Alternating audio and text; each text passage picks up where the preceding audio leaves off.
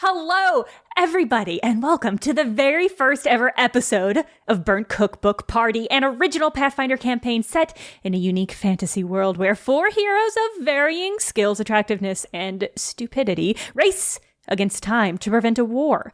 I'm Jenna Stoeber, and I will be playing Astra Blep, and you'll meet her later in this episode, so I'm not going to talk about her. I'm Andrew Hansen. I'll be playing Janni Brightchild. I'm Stayduhar, and I'll be playing Patty Hertz. I'm Paul Luetkemeyer. I'm playing Zelf. And I am your game master, Justin Green. Justin Green! I guess let's jump right into it. Our story begins in the world of Irisol, aptly named after Iris, the goddess of beginnings. Irisol is home to 3 mighty countries, united and thriving under the banner of the Triad Nations. However, for now, we'll focus on just one of them, Berwyn. Berwyn is a lush, forested region where nature is interwoven into the very foundations of its cities. After decades of peace, Berwyn has flourished. Its inhabitants enjoy lives of relaxation, chasing their whims and hobbies with little concern. That's why it's so unsettling that mere days ago, unbeknownst to the general population, a long-abandoned military operation was resurrected overnight. A small group of remarkable individuals were summoned to participate, told only that Shadowend was needed once more to ensure Irisol's future. On what would appear to be any other ordinary autumn evening, after quite a long journey from his home country of Reskris, one of these recruits finally reaches the rendezvous point noted in his invitation. Andrew, do you want to describe your character for us? Janni Brightchild is a tall, fiery Ifrit. His skin is kind of orangey, and his hair is the platinum white, shocking kind of blonde, and he has a scar through his eye and eyebrow, and he's pretty well built. He generally has a sort of pretty self-assured smile on his face and can be seen hauling around a sword as big as he is. His full plate kind of has some sort of desert stylings, like there's probably some canvasy kind of cloth cape kind of things going around. Embossed on it will be the symbols of Gavilan, as he is a paladin of Gavilan, which is the sun deity in Irisol. I don't want to interrupt, but Andrew's super important question. Johnny hot? Is Johnny hot? He's pretty hot. He's super pretty hot. Yeah. Oh, it's super hot. Okay. He is definitely a himbo and probably is unaware of his hotness. It's just like not how his mind functions. God, that just makes him more hot, Andrew. Right? Exactly. Wait. Clarifying question. Mm-hmm. Do you mean hot because he's an Ifrit? Both. Janni has the racial trait Desert Mirage, so also he kind of shimmers, like there's a little bit of a heat shimmer around him. It. So you're saying he's dreamy. He's like literally dreamy. I thought it was like the Twilight sparkle. Yeah. But this one gives him a +2 bonus on saves versus thirst. Oh my god. I'm feeling a little thirsty after this description.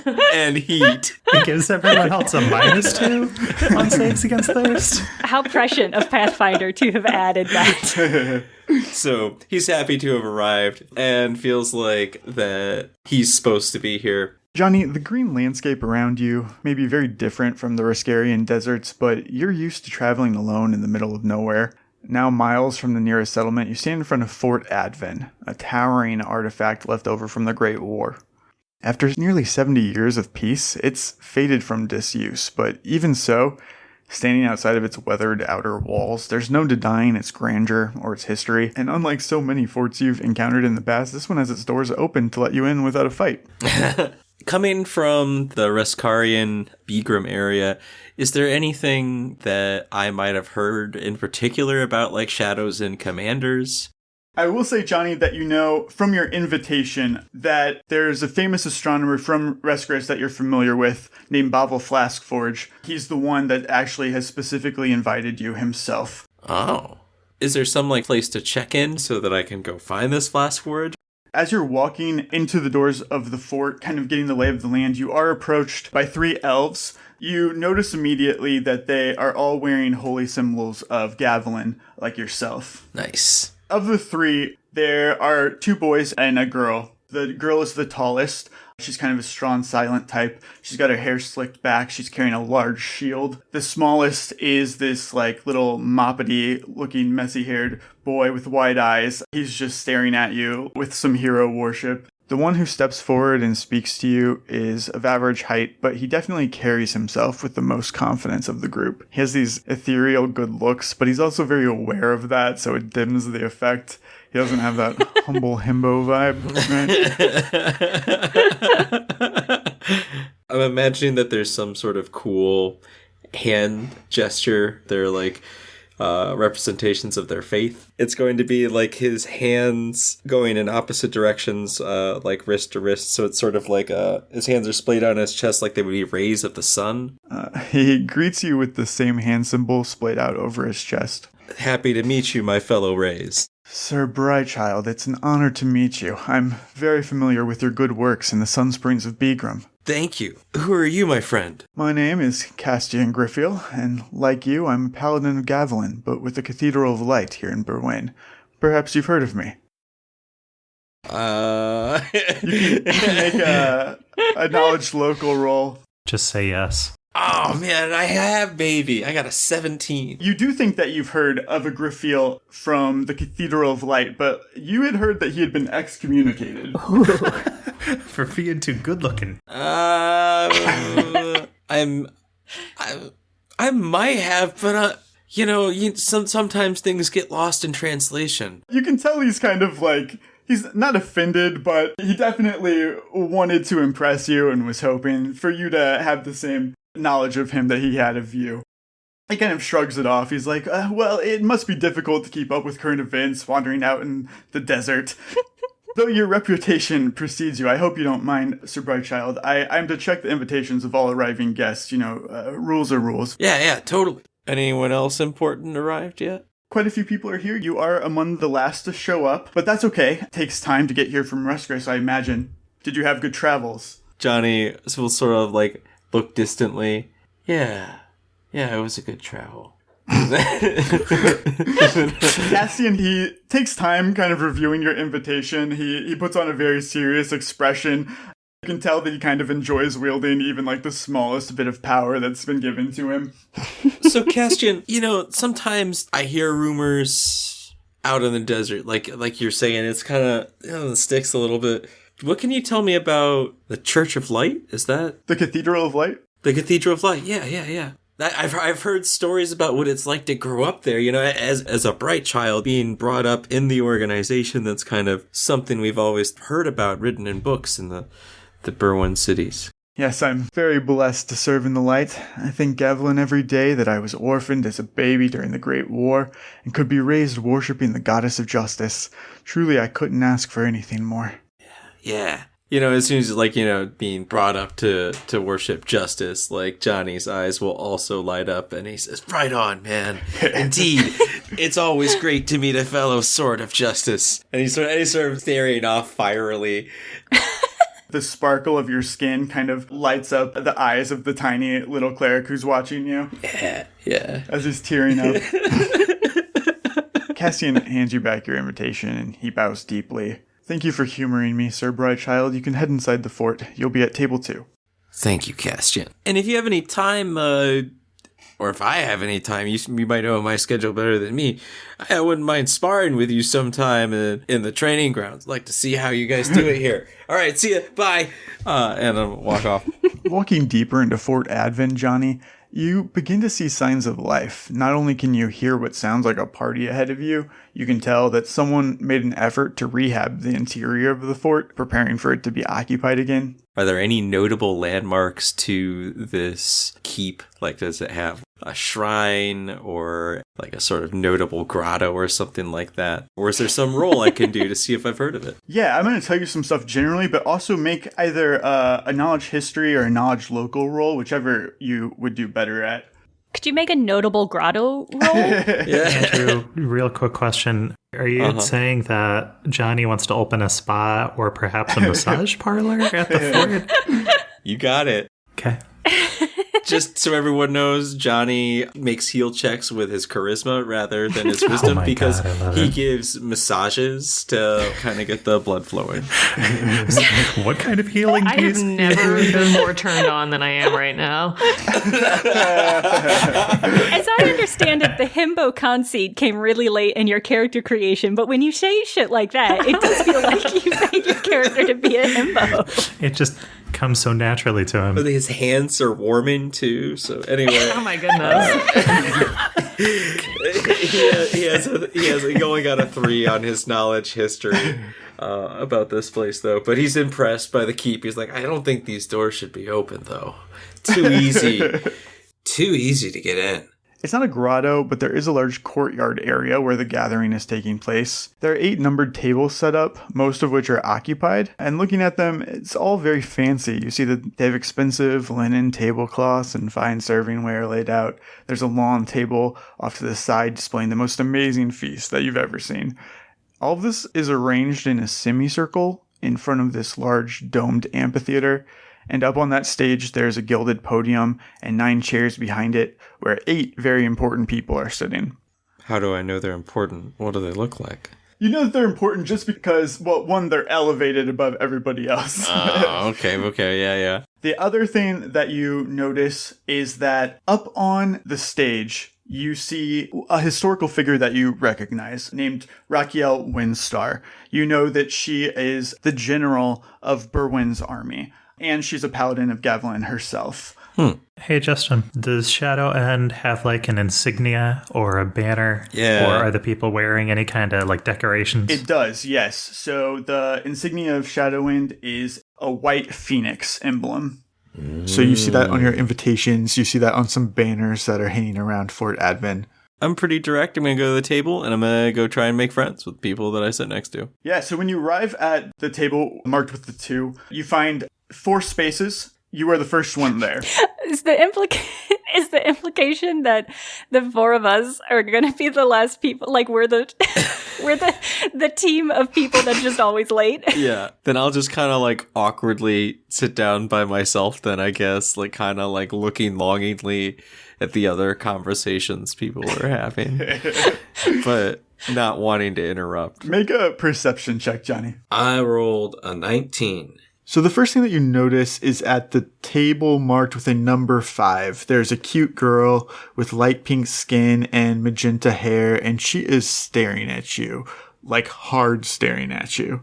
The other thing that you notice is a large marble statue of a woman with these spread white wings, which is reminiscent of the phoenix that you see all around Shadowend. When you look at this statue, Johnny, you are filled with a sense of deja vu, as if you've seen it before. Even though this is the first time you've stepped foot in Fort Advent, just the sight of it brings you back to somewhere that you can't quite place. One of my drawback traits is to be easily distractible. I love it. So the airheaded hot guy. yeah. So as like I start to think that this place is familiar, I totally zone. So as Johnny starts to just zone out, sitting at this table alone, a new guest arrives. Caitlin, would you like to describe your character? My character is Patty Hertz. If there were ever an adventurer that you would want to pick up and put in your pocket, it's Patty. Patty is a beautiful snowy white rat folk. She is small, with pink ears, a pink tail, and pink feet, with a beautiful snowy white coat. Patty grew up with a silver spoon in her mouth, and it definitely shows. She is well dressed, with a pretty pink coat, a little pink beret, and of course, no pants, as is custom. But don't be fooled by her diminutive and adorable exterior. Patty is also very fierce, a fact that you'll find out if you threaten her and end up on the business end of her giant machete. First of all, Caitlin, thank you for clarifying that she's beautiful. That's really important information. She's so beautiful. So beautiful. Second of all, when you say small, is it literally like we can put her in our human pockets, or is she like a small? Like, give us a relative size. So small in the sense that she's about 4 feet tall, less than 100 pounds. So while she is not actually pocket-sized, unless you have extremely large pockets, she is petite and cute enough that you wish she would fit into your pocket. Okay, small for a humanoid, not small for a mouse. Very large for a mouse, I would say. Disturbingly large. We gotta find her a big pocket. Oh, it'll happen. cute. It'll happen when we least suspect it. Patty, as you approach the fort, what's going through your mind? What are some things that you are wondering or things you are looking for? So I'm thinking that I am just so excited for this opportunity. You know, I'm always looking for a way to give back, to make an impact in the world. And I feel like this is the start of a whole new adventure for me, a way to really get out there in the world and make a difference. I can't wait to see what happens. As you approach the 3 elves that Johnny was speaking to earlier, Patty, you can tell Castian immediately recognizes you. Well, this is not a rare occurrence for you, as you're pretty infamous across the Triad Nations. Usually people can hide their reactions a bit better than this kid. Castian is visibly revolted that you've come in. Oh. Well, that's not the reaction I usually get. That's very disappointing. He holds out his hand really abruptly as you approach and curtly says, "Invitation, please." Well, if he's going to be all business like that, I guess I'll give him my invitation. He put on a show when he was checking Johnny's invitation, but now he's legitimately being rigorous. He's like comparing signatures to a clipboard that he has, and he's like holding it up to the sun, just trying to find any imperfection or sign of forgery. Eventually, he hands it back to you. He says, "Miss Hertz, I'm surprised to see that you are actually here." I feel like I'm getting off on a bad foot with this guy. I mean, maybe I need to try to make a little conversation, see how he is. You know, maybe he just has a bad impression of me that I can address right away. Sure. If you want to make a diplomacy roll. Okay. So I've done my diplomacy skill check and I've rolled a 7. Ooh. You also have a -4 penalty when you're interacting with law-abiding citizens, it looks like. Oh, no. So you've come up with a 3. Good attention to detail. Oof. What would you like to try and say to this man? I think I would just like to say, "Sir, I'm so excited to be here, so excited for this opportunity. I can't wait to work together in the future." Wink, wink, nudge, nudge. Whoa. He looks down his nose at you and he says, "Let's hope that the fort is still standing once you're done with it. I hear that that's a problem with some buildings that you visit."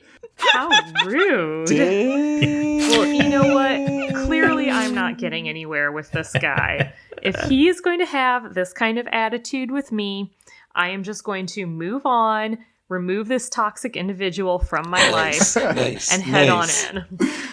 So as you walk past the other 2 elves that are with Castian, they kind of just stare at their feet, like try not to make eye contact or get involved whatsoever. This is so awkward. Entering the courtyard, Patty, you see exactly what I described to Johnny earlier, except that you also notice that Castian has left the other 2 paladins in charge of the front and has followed you inside so that he can not so stealthily keep tabs on you.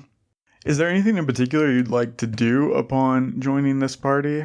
I think that I'd like to look around and see if there is anyone that I know there.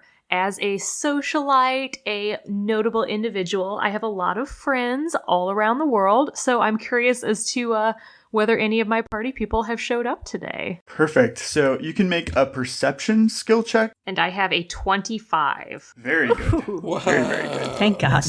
So you are very connected in the world. You follow rumors and gossip very closely. Always. You notice a childhood friend of yours from when you were growing up in the erosion capital of Anamnesis, whose name is Abraham Neven. You notice a human girl named Erin Starsinger. She is a rising young ingenue in Neptis, an erosion city where you have found some work as an actress. The 2 of you have crossed paths before, auditioning for a lot of the same roles. You know she doesn't think much of you. She thinks you're not a real artist and that you're just using your other fame to make some quick cash in a career that she's worked very hard for. So, I understand the importance of cultivating relationships. So I think I'd like to work the room a little bit and say hi to some of these people. Why don't you make a new diplomacy check? Okay. Ugh, an 8. Things are not going well on the diplomacy front for Patty. Patty, as you go around to the tables introducing yourself, you're getting kind of mixed reactions. A lot of people are pleasant. Some of them are a bit starstruck. Other ones aren't really sure how to approach you. When you're at Aaron Starsinger's table, there is a human girl sitting next to her who is very excited. She grabs your hand and is like, "Are you Patty Hertz?" Absolutely. And who are you? Oh, I'm sorry, Caitlin. Is that what Patty Hertz sounds like? No, she actually sounds like this because she's a rat. Can I just have you do that line one more time? I suppose. I am Patty Hertz, and who are you? She tells you, "My name is Pearl Pervalar, and I have been following your career for years. I am such a fan. I read every gossip column. I read every tabloid. I can't get enough Patty Hertz." Oh my goodness, Pearl, that is the sweetest thing anyone has ever said to me. It is so nice to meet a fan. She pulls you close, and she's like, "Is it true that you once blew up a building?" Pearl, honey, I don't know that I really should be talking about that with you. There are legal implications and such, and, things are complicated. No, trust me, I don't think that it was terrorism. I think that it's cool. I don't think that your friend should have went to jail. I mean, I think that it was really badass what you did, Patty. Pearl, that is so kind of you to say. I've had so little support over the last couple of years. Is it true what they say? Were you really brainwashed that whole time? Who did you hear that from? God. She says, I read it in the papers. Your mom did an interview with Astrology Today, and she said that they had put an enchantment spell on you, and that's why you killed those people. You know what, Pearl? Let's just say this. Your girl Patty is someone who is willing to fight for what she believes in, and you shouldn't believe everything that you read in the gossip columns.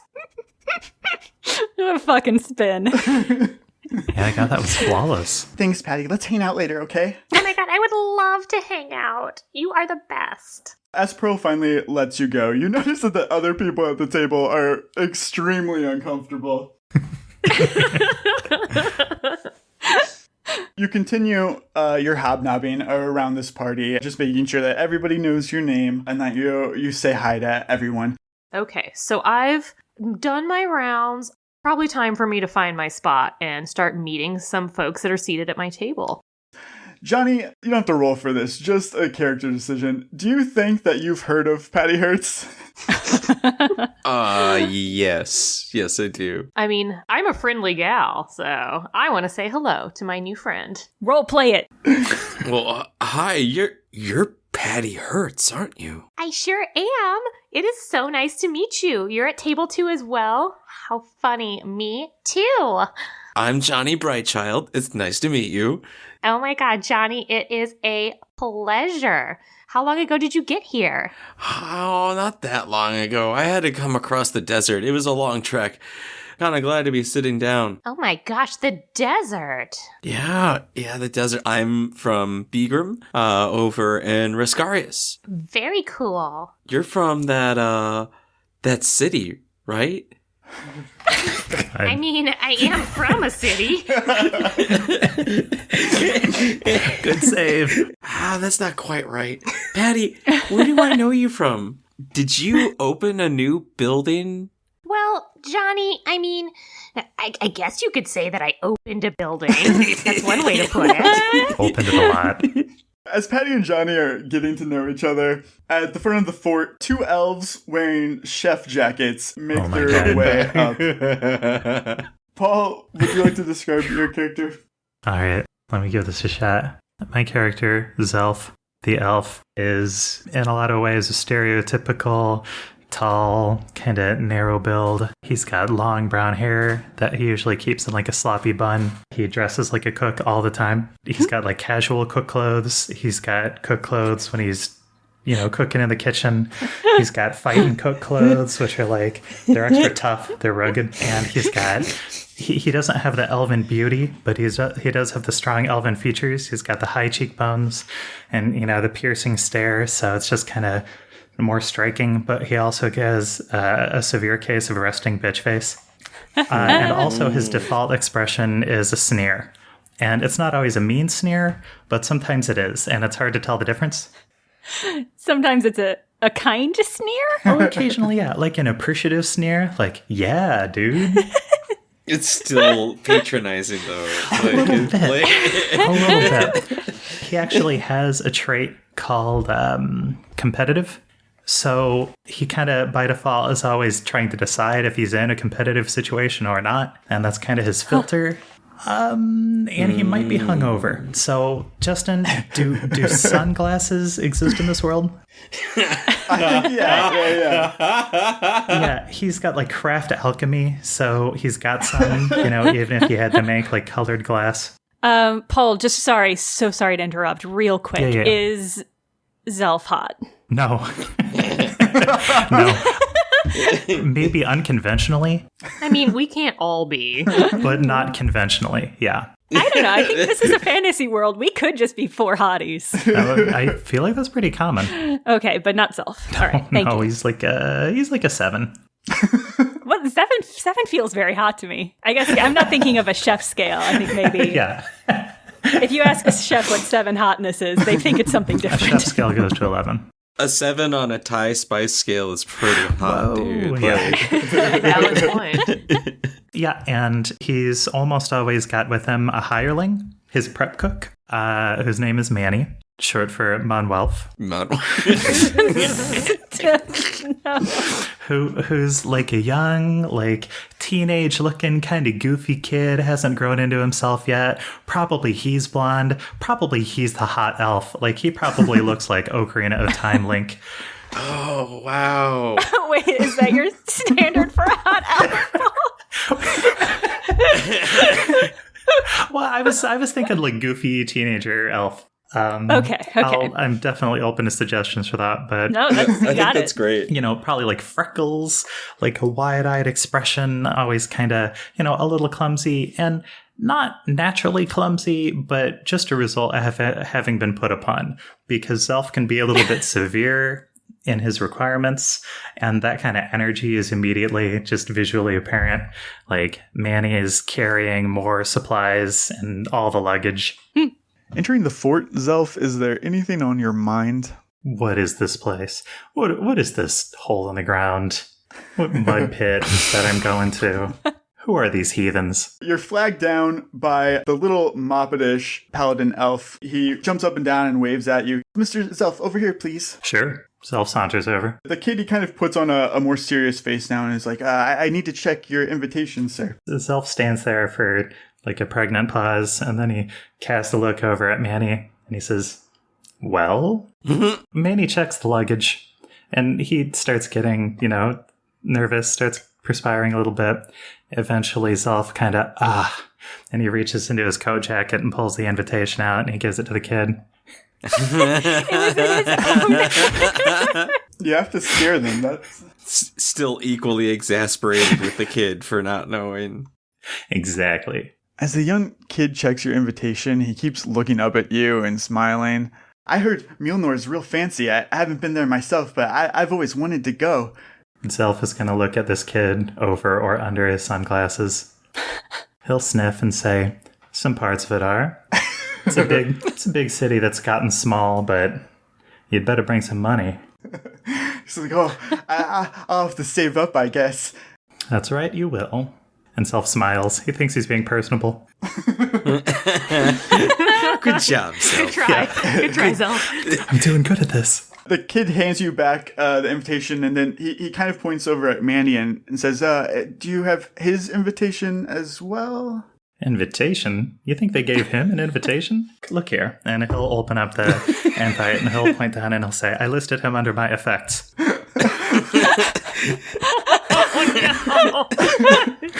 This is my prep cook. He's part of my kitchen. The kid nods. He doesn't really think that he should let that go, but you do seem very confident. So he shrugs and goes, "Yeah, I guess that makes sense." Yeah, Zelf gives him a sneering smile, like, "Yeah, that's exactly it." Right. Thank you. As you make your way into the fort and turn the corner into the courtyard, what do you want to do? You know, Zelf sees the world as a kitchen, like a performance kitchen. Terrifying. So he looks God. for like the food and like the clientele. Absolutely. Why don't you make either a perception check or a chef check, profession chef? Got it. Probably profession chef, because I lean on that real hard. But I'm also... Well, no, I take that back. Here's what I want to do. I have a spell called Heightened Awareness. One of the components is a coffee bean, so I, as an investigator, have an archetype that is magic battle chef, and all of my spells are magic cooking. Heightened Awareness, I think most of the time that's just like an espresso shot. Great. So I reach into my haversack, and it's the first thing I grab. Takes a standard action, and the effect is that for 40 minutes, I enter into a heightened state of awareness that allows me to notice more about my surroundings, get a +2 competence bonus on perception checks and all knowledge checks. Wow, so that spell really is just espresso shot. Keep those eyes open. Yeah, yes. Does it make you have to poop is the real question. Side effect. No, he's an elf. Ah. Wait, He doesn't have to poop. Of course. Everyone right. knows. I forgot. I am shook right now. in Pathfinder, elves don't have to sleep or poop. I forgot. Nope. Nope. Everybody poops. I rolled a 1.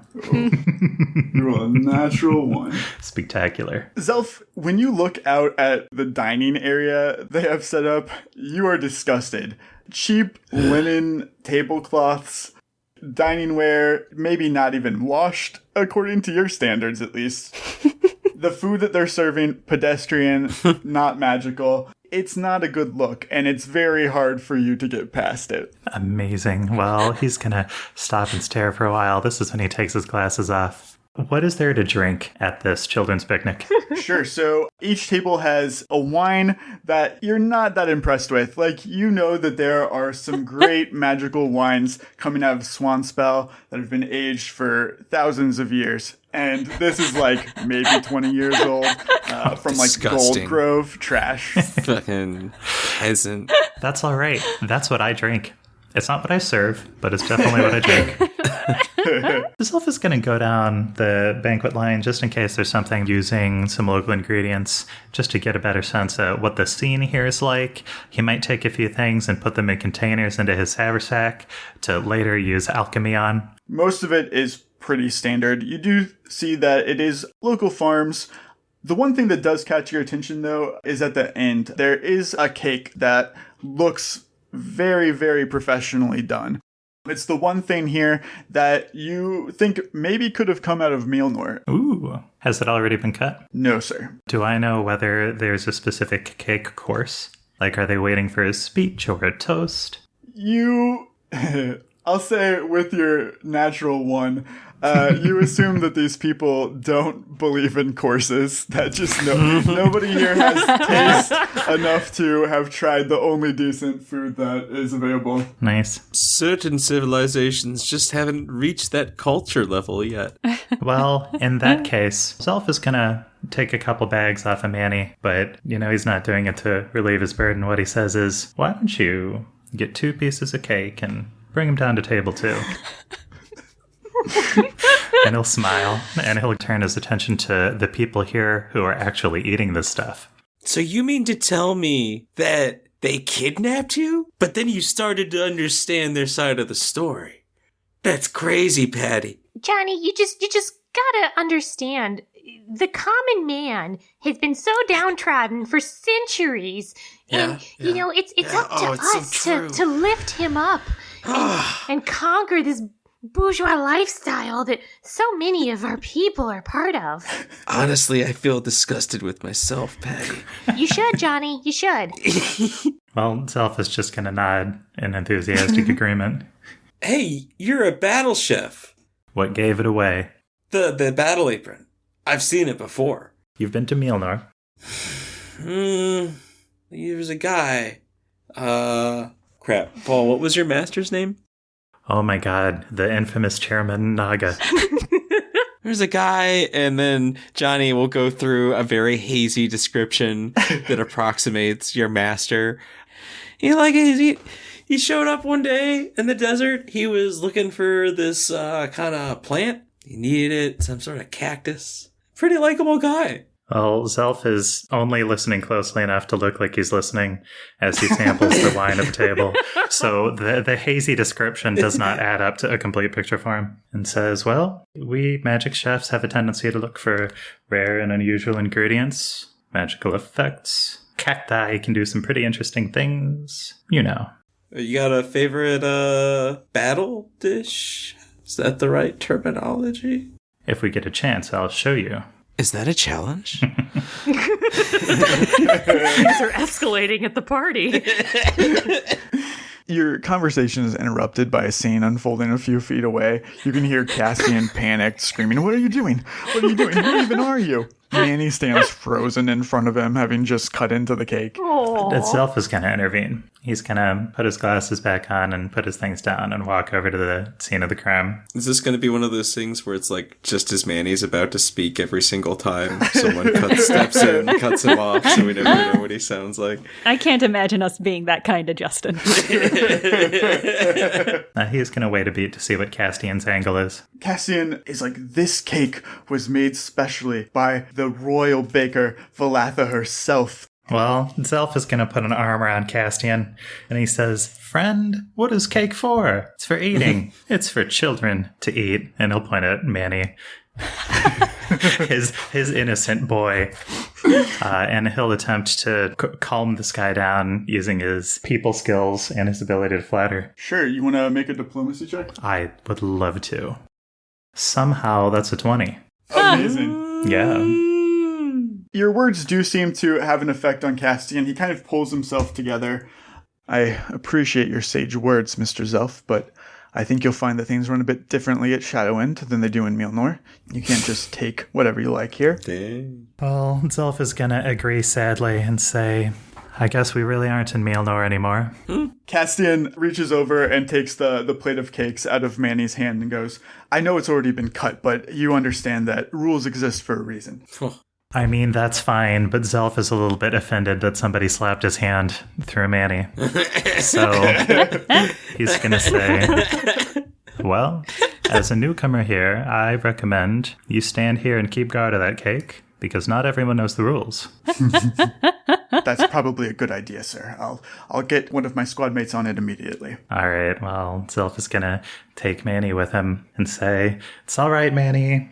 We live and we learn." You see, Castian, he tries to like put the slice of cake back into like the spot where it was taken out from. It doesn't quite go well. It's, falling apart a little bit. Camera. And then he makes his retreat.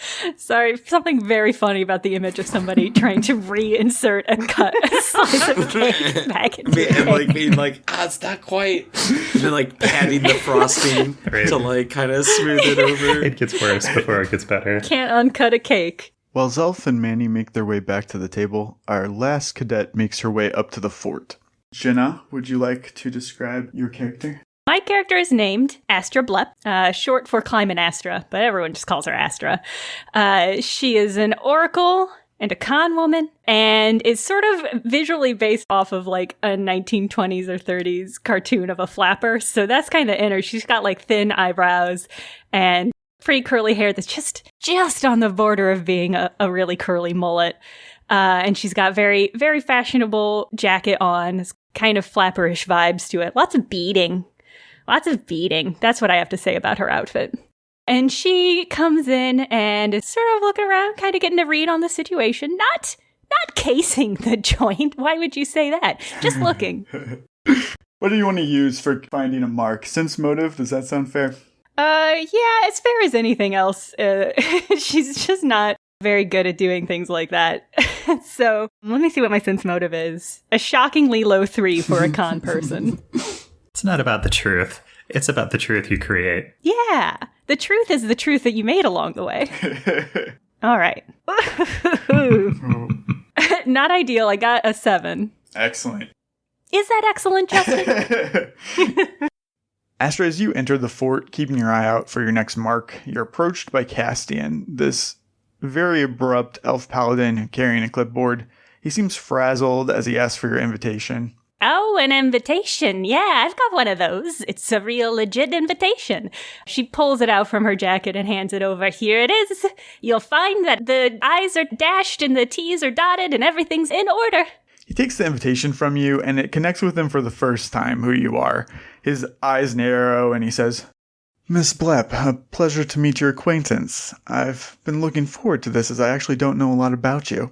She smiles real big, awkwardly big, as if she is trying to cover for nothing at all. But when he says that he was looking forward to meeting her, she freezes up a little and goes, "Oh, is that, you've heard of Astra Blep? You've heard of me, huh? I love that. Who are you?" Castian Griffio. I was asked to check in my fellow recruits. It's interesting. He turns the clipboard around so you can see a list of names, each with a little blurb, where they're from, facts about them. You see after each cadet it lists a reason why they were asked here, but for Astra Blep it's just a name and that's it. Isn't that strange? Is that strange? I don't think that's at all that's strange. You know, they sent me a letter asking me to fill out a bio, and I just really forgot about you. You know, I just don't like talking about myself all that much. So, but hi, I'm Astra. So nice to meet you. He hands you back the invitation and sort of tersely smiles. I look forward to learning more about you, Miss Blep. Yeah, likewise. He lets you pass into the main courtyard area. Well, gosh, I think the party's probably pretty full in swing at this point, right? Because I'm arriving a little late. I think I want to go straight to the table where I'm supposed to show up at and kind of get my footing amongst these new people. So I do want to point out that Zelf did not have Manny take the last seat. He told Manny to sit on the luggage. Or on the grass if he wants. So she's going to approach and say, "Hello, everybody. I'm Astra. It's so nice to meet all of you. We're all new recruits here, huh?" Oh, hi, Astra. I was just telling a story about a cactus that I found in the desert to this battle chef, and this here is Patty Hurt. In the flesh. Hi, Astra. It's so nice to meet you. I love your beads. Oh, thank you. I love your machete. Oh, thanks. So you're a battle chef? Oh, no, I guess you're the battle chef, huh? Welcome to the party. So glad to be here. Gosh, this place sure is impressive, huh? The ceilings are so tall. I like the big white birds. Honestly, I think it's pretty cool. A phoenix, I think? I think it's righteous. I think it's a swan. Aren't swans white? I don't think phoenixes are white. All I know is that it looks like a real waste of resources to me. Oh, they're white if you raise them without any sunlight. You just keep them in a little, cupboard. Keep them tender. No. Like a cave phoenix. Okay. That's right. So swans are cave phoenixes? No. Wow, this is such a fancy party. It's been so long since I've been to such a fancy party. I also like your beads, Astra. I think they're pretty neat. Oh, thank you. So, what are you good at? I like to hit things with my sword, and I like to make friends. Sorry, it's so adorable. It's just, what great energy. Sweet himbo. Oh, I've got all kinds of talents, I like to tell fortunes and the future. So there. What about you, Patty? What's your deal? Oh, Astra. I mean, I guess we all know what your deal is. I'm sorry. I shouldn't have said that. It's so awkward. Oh my god. Besides, just, being myself. Just, Astra, I'm just trying to make my way in the world, trying to make a difference, Aren't we all? Yeah. I just can't believe that you weren't really brainwashed. It's really blowing my mind, the idea that, the papers, would be saying something that wasn't true. No comment? I mean, I've always said that if it's in print, you can trust it, right? Because, stuff that's in print it just takes so much work. So if it's in print, you can probably trust it, right? Oh, I don't know about that. Well, agree to disagree. You, Elf, I didn't even get anybody's names. That's so embarrassing. Oh, you're close. My name's Zelf.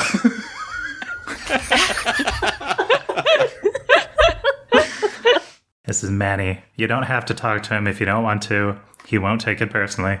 Okay. That's fine, yeah. But if you want to, you can. Just don't scare him. Oh, does he scare easily? He scares so easily. Wait, was that Johnny trying to scare Manny? Good-naturedly. Yeah, good-naturedly. Like, Zelf has no clue what Manny's personality is actually like. I don't know about you guys, but Patty is starting to develop a real problem with how Manny's being treated. Oh, no. He's a hardworking guy. He deserves respect. Why haven't you talked to him yet? Got distracted talking to Johnny. He's so dreamy. Fair. Johnny distracts himself. As you guys chat, another squad passes by your table. It's made up of 2 elf girls and then identical twin human boys. They all are dressed in goth attire with dark hair and makeup and just kind of a gloomy atmosphere about them. They definitely look as if they've planned to match as a group ahead of time somehow. Oh no, the goth. One of the elf girls slows down when she sees you, Astra.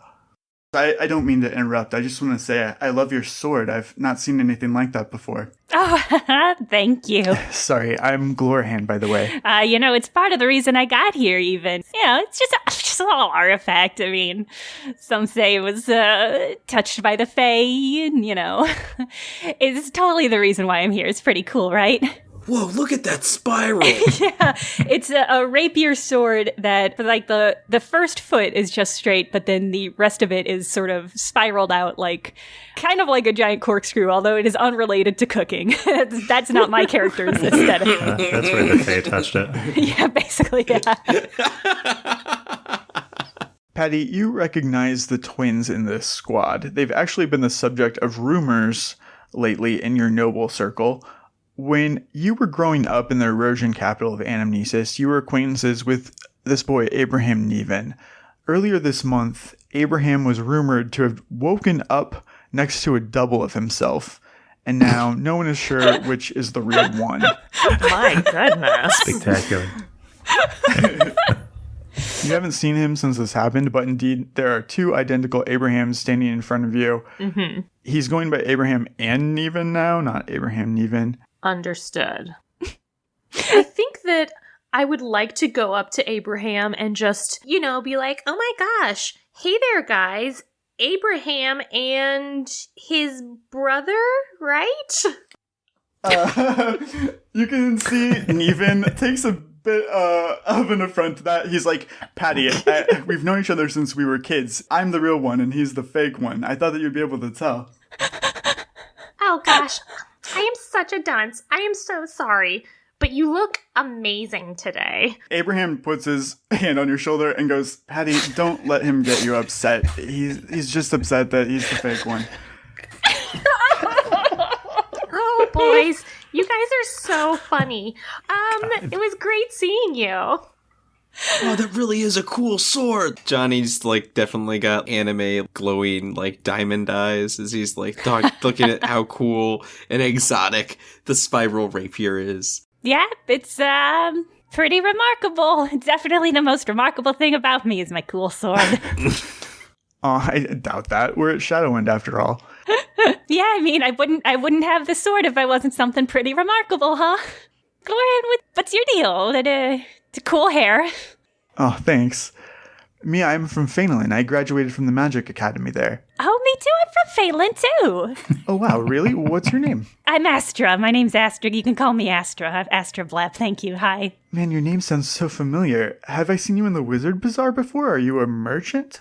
Oh no, I don't have my own stall or anything, but I do I do work on commission. I've got some publications out there. Just helpful stuff for helping people. Got it. Well, I'll let you guys get back to it. But we should hang out later though, Astra. It'll be nice to have someone from Phelan here. It's actually my first time leaving home, and I want to get to know you better. Yeah, I'm so excited to meet everybody here and get real close and intimate with them. Astra, would you tell our fortunes? Oh, gosh, I mean, we're at a party. Isn't that kind of a weird thing to do at a party? Is it? I think that's a normal thing to do at a party. I'm flashing back to how many actual real-life parties I've had with all of you in which we've done fortune-telling. Astra says, well, I guess I do have my cards on me if we wanted to do that. Is this just like a getting to know us party, or is it like, is there going to be events? Well, I think we're waiting for someone to speak, so we have time to kill. Oh, well, okay, yeah, I can do fortunes. Oh my gosh. Yeah, Johnny, you want your fortune done? Yeah, totally, please. This sounds so fun. Johnny, do you have a parlor trick? Or are you just going to put Astra on the spot? Oh, I have to put forward a trick before she'll read my fortune. I think so. It's only fair, isn't it? That's no, Zelf is right. I'm not gonna tell you a fortune unless you can impress me. Yeah, and Zelf is kind of like slap Johnny on the shoulder good-naturedly, like, come on. Dang. He's starting to feel that tick of like being in a situation where people have to show what their skills are. Oh, the competition trait springing to life. Now Johnny's been put on the spot. And he's like, I don't really think there's anything I feel like I can do that's any particularly exceptional. Oh, well, then I can't tell you fortune. That's a real shame. Defeated Johnny sits back. Oh, no. And kind of pouts. Thinks about what it would have been like if he were cool enough to have his fortune told. Astra, you're saved from any further pressure by a wizened elf standing up on the stage at the podium. He has long gray hair and long powder blue robes, but he has very soft, kind eyes. Despite elves living hundreds of years and keeping their youthful looks, this dude looks old, so you know he's ancient. God, he got old. He begins to address the entire crowd. I appreciate all of you for accepting our invitation. I know some of you have traveled quite far to be here, without much to go on, and you probably have a lot of questions. I will do my best to answer those questions now. 70 years ago, at the height of the Great War, Shadowend was born right here where we're sitting now. Spira Advin, a brilliant military leader to some, and the holiest of saints to others, brought together a group of like-minded individuals from both sides of the war who sought to end the conflict with as little bloodshed as possible, striving to orchestrate unity over domination. Spira and her allies accomplished that goal. In the peace she ushered in, the Triad nations were formed. Shadowend was no longer needed. This fort stood abandoned, an artifact of the violence we left behind us. Until now. Unbeknownst to the population at large, a week ago, King Amwe the Eighth, ruler of Erosia, suddenly cut off all communication with the rest of the Triad nations and closed its borders with no explanation. Now our worst fears have come to pass. Erosia's armed forces, the Winter Guard, have invaded the island nation of New Haven. Since its founding, New Haven has remained politically unaligned, a friend and ally equally to all the Triad nations. The gnomes there have no army of their own to defend themselves. We must liberate them and halt this power grab before it gains momentum. Now, only we stand in the way of a second world war.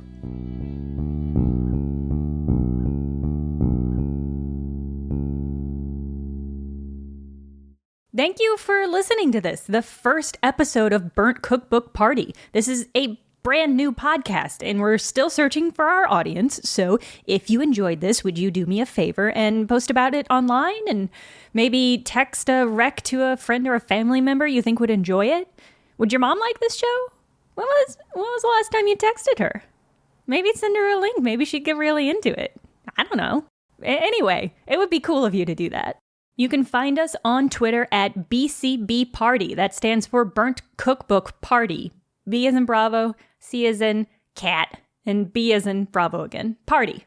That's on Twitter. Or email us at burntcookbookparty@gmail.com. By the way, we have a Patreon. And thank you to any Patreon members who are listening. Presumably, you are re-listening to the entire show and you have made it back to the first episode in your own tiny little time loop of itself. You can find that at patreon.com/BCBparty. Burnt Cookbook Party is Andrew Hansen as Janni Brightchild, Caitlin Stayduhar as Patty Hertz, Paul Luetkemeyer as Zelf, me, Jenna Stoeber, as Astra Blep, and Justin Green as DM and World Builder. Executive produced by me, Jenna Stoeber. And this episode was edited by Justin Green.